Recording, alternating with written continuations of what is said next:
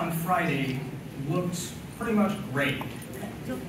And Michael got the keys and turned it into what we're in right now, which is really breathtakingly beautiful. And that's what got me into Spoke in the first place. When, in 2017, I attended the Hand in Hand exhibit at the Cyclorama, and the sheer beauty of it made me gasp, and I wondered who created something like this, who envisioned this and actualized it, and I found it was Michael.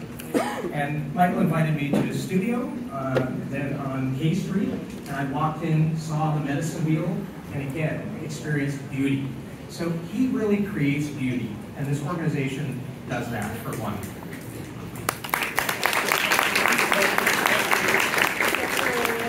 Second, the name has been changed to Spoke, and I think that's very accurate. So initially, it used to be Medicine Wheel, and its Medicine Wheel served a function of remembrance for the LGBTQ community, people who died in the AIDS epidemic. It really helped with during the opioid and suicide epidemics in the 90s. But I think you've really it's developed really an ever-widening circle. It's really encompassed more and more people. And now I think it really does function as the hub of a wheel. And there are so many spokes of the wheel.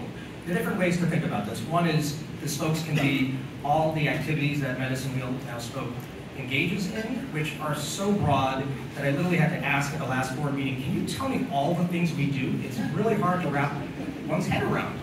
And it's amazing that it's really three people, Michael, Richie, and Susan, with the help of Kathleen Gatetti, who runs the gallery, a number of artists that they work with, sponsors, funders, board members, but really three people to this point have been doing the work. And it's just amazing all that is done. We can talk later on about what that is.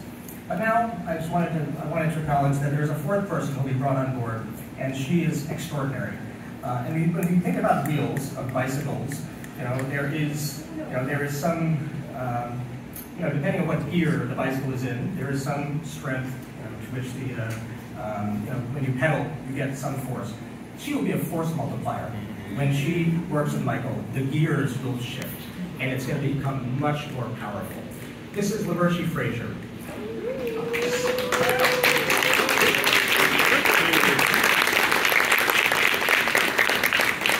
So some of you may know her. She was Director of Education at the Museum of African American History, which is in Boston and Nantucket. Her work has been collected by the Smithsonian and a number of other best institutions. She is a visual artist, and she wants her artwork to really reflect the community that she lives in. And she and Michael very much work in synergy, and we are delighted to bring her on as our new executive director.